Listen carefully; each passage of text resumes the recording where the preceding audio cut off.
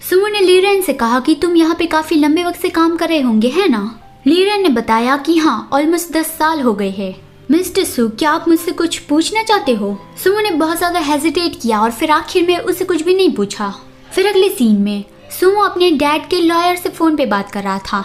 Lawyer ने phone पे बताया कि अगर ज्यादा एविडेंस नहीं मिले तो फिर उसके फादर का केस आगे नहीं बढ़ेगा। तो फिर सुमो परेशान हो रहा था कि अब मुझे क्या करना चाहिए। फिर जब सुमो घर आया तब उसने देखा कि निंगी ने पूरा डिनर रेडी कर लिया है। निंगी थोड़ा परेशान हो गया कि सुमो ने देख लिया कि निंगी ने अपने हाथों से उसके लिए डिनर बनाया है। हमारे प्रेसिडेंट ये जानते थे कि सुमो कब घर वापस आने वाला है और उसके आने से पहले वो सारा काम खत्म करना चाहता था। सुमो उसे कुछ कहे उससे पहले ही निंगी ने कहा कि चलो अब डिनर कर लेते हैं। सुमो ये समझ गया था कि निंगी ने अपने हाथों से ये सारा खाना बनाया है, तो फिर वो बहुत खुश था कि ओके। डिनर के वक्त सुमो थोड़ा डिस्ट्रैक्ट लग रहा था, तो निंगी ने उसे पूछा कि तुम ठीक नहीं लग रहे हो, लेकिन सुमो ने उसे कहा कि नहीं, मैं ठीक हूँ। निंगी डॉक्टर ये को फोन लगाने वाला था, तो सुमो ने उसे रोका कि नहीं, मैं ठीक हूँ, एकदम ठीक हूँ, बस मुझे थोड़ी थकान हुई है। निंगी ने एक आखिरी बार पूछा कि क्या सच में? तो सुमो ने हाँ में सर हिलाया कि हाँ। निंगी को सुमो की चिंता है, लेकिन वो बाहर ये नहीं दिखा रहा है कि तुम बीमार ना पड़ो, यही अच्छा है, क्योंकि मुझे तुम्हारी देखभाल करना अच्छा नहीं लगता। सुमो भी ये समझ रहा था कि वो मेरी बहुत ज्यादा केयर करता है, लेकिन वो मानता नहीं है। निंगी ने खाने का उसे पूरा कटोरा भर दिया कि इसे फिनिश करो। सुमो मन में बोलता है कि अगर मैंने ये पूरा कटोरा फिनिश कर लिया तो फिर तुम्हें सच में डॉक्टर यी को यहाँ पे बुलाना पड़ेगा।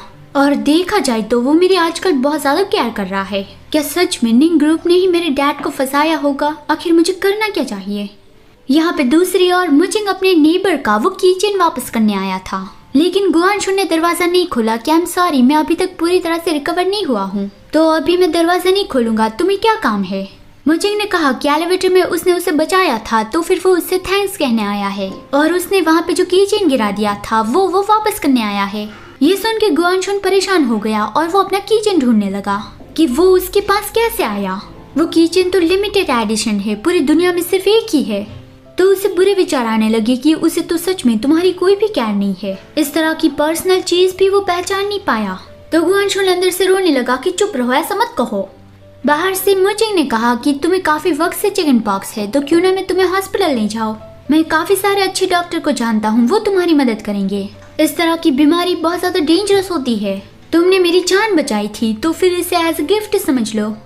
गुआनशुन ने अपनी आवाज बदल के कहा कि नहीं, मैं ठीक हूँ, मैं हॉस्पिटल गया था और डॉक्टर ने कहा है कि मैं जल्दी रिकवर हो जाऊंगा।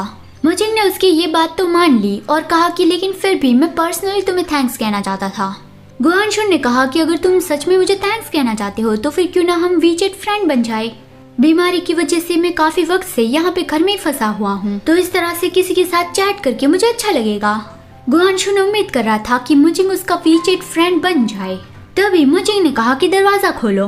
गुआनशुन बहुत ज्यादा डर गया कि किस लिए। मुचिंग ने कहा कि अगर तुम दरवाजा नहीं खोलोगे तो फिर मैं तुम्हारा कीचेन और मेरा क्यूआर कोड तुम्हें कैसे दूंगा।